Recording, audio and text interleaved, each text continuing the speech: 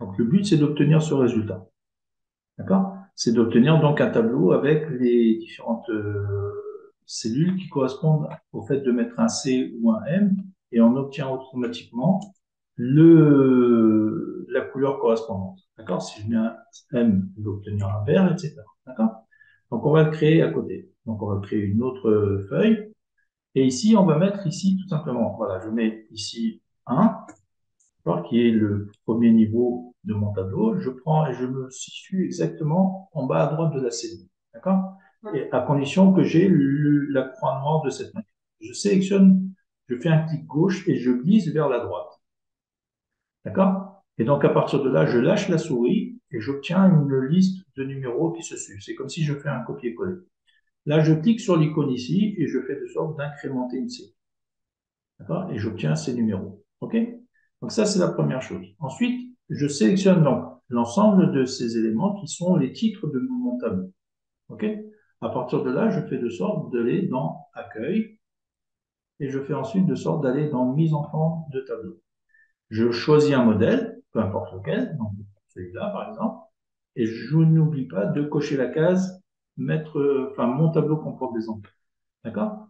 Je valide et j'ai maintenant un format tableau. Si je veux enlever les filtres, d'accord, donc ils sont là, puisque j'ai la possibilité ici de trier ou de filtrer, etc. Là, je vais faire de sorte de sélectionner mon tableau et je vois que j'ai ici le menu création de tableau qui est généré. Donc, je clique sur bouton de filtre pour enlever les filtres. D'accord? Si je veux les voir apparaître, je reclique dessus, mais si j'en ai pas besoin, je les enlève. D'accord?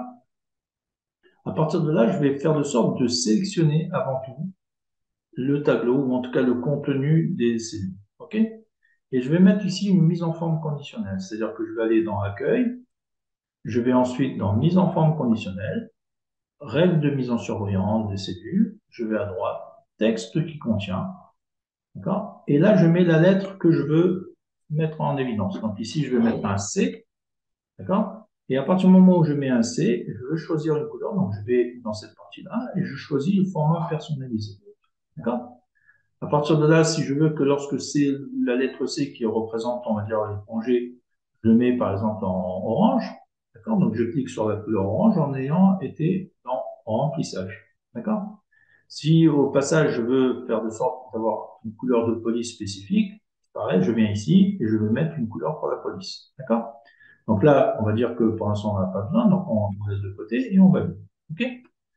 Ça fait que là, on revalide pour valider notre choix. Et là, on a ici, si je mets un C, automatiquement, il va se mettre en orange.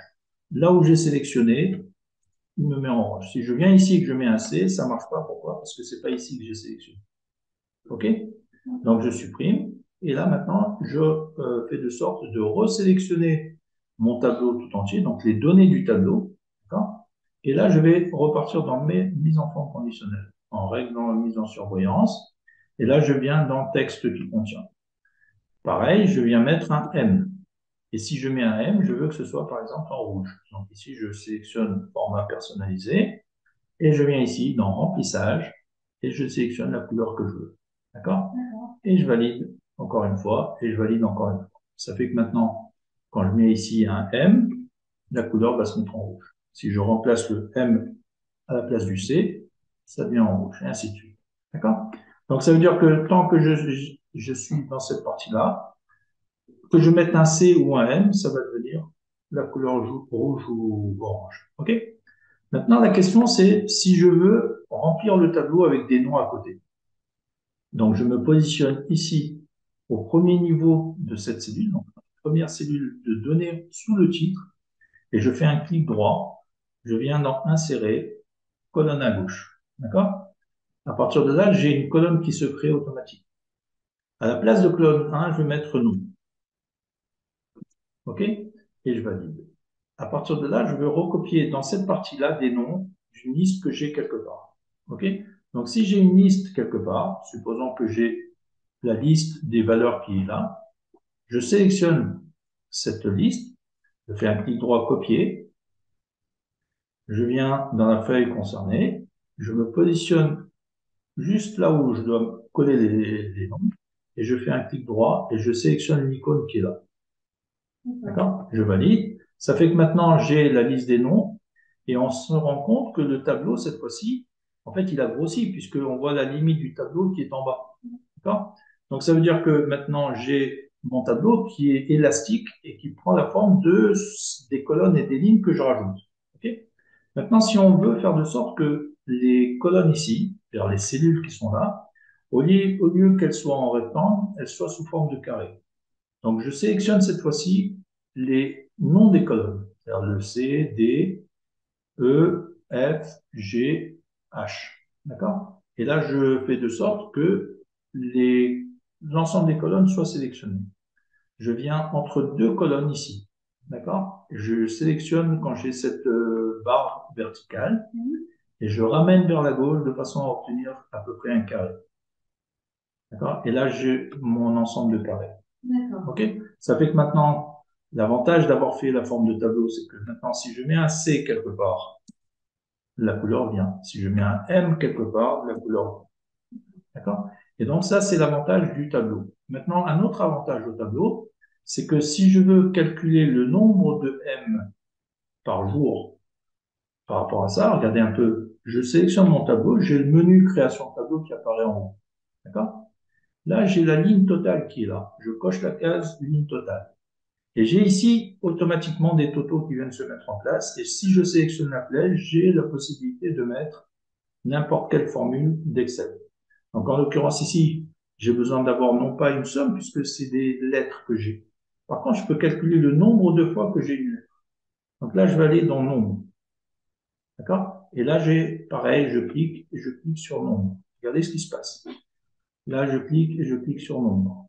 D'accord. Et donc, ça veut dire que pour chaque jour, je peux voir le nombre de personnes qui est absent. Ok. D'accord? Et donc là, maintenant, j'ai tout simplement un tableau de présence. Et si je le mets à jour, ben, les sommes en dessous vont se mettre à jour. Si je mets un M ici, et ainsi de suite. D'accord. Si je prends ce M et que je le recopie sur 4 ou 3 lignes, vous voyez que là, ça met à jour automatiquement les totaux. OK? Maintenant, si je veux faire des filtres, parce que la question, c'est qu'un tableau, il sert quand même pas mal à faire soit des tris, soit des filtres. Donc, je me positionne dans le tableau, toujours pareil. Je viens dans création de tableau et je resélectionne le bouton de filtre. D'accord? Et maintenant, si je veux, par rapport au premier, je veux avoir un filtre. Là, j'ai des filtres ici par rapport aux lettres. Mais j'ai maintenant la possibilité d'avoir des filtres par rapport aux couleurs. C'est-à-dire que maintenant, si je veux sélectionner la lettre orange, hop, je n'ai que les valeurs par rapport à cette colonne qui sont en orange. Si je veux sélectionner les filtres rouges, j'ai les filtres rouges qui apparaissent. D'accord? Donc ça, c'est quand même un avantage aussi. Donc je vais enlever tous les filtres. Donc, je vais passer tout ça. Maintenant, il y a un autre élément qui est aussi intéressant, sinon plus, c'est les segments. C'est-à-dire que là, je viens dans création de tableau et je viens dans insérer un segment. D'accord? Et là, je vais pouvoir mettre, en fait, ça remplace les filtres. D'accord? Et je vais pouvoir sélectionner, par exemple, le nom de la personne. OK? Je valide. Et ça fait que maintenant, j'ai la liste des noms. Je clique sur un nom et j'ai ses congés ou ses absences. Là, je clique, j'ai ses absences, ainsi de suite.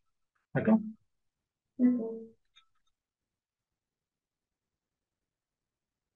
OK, ça marche? Oui. Et donc, ça veut dire que ici, j'ai la possibilité de sélectionner exactement comme si j'étais en train de sélectionner mes filtres qui sont. D'accord. D'accord? Voilà. Donc là, maintenant, pour enlever les filtres, on enlève ça.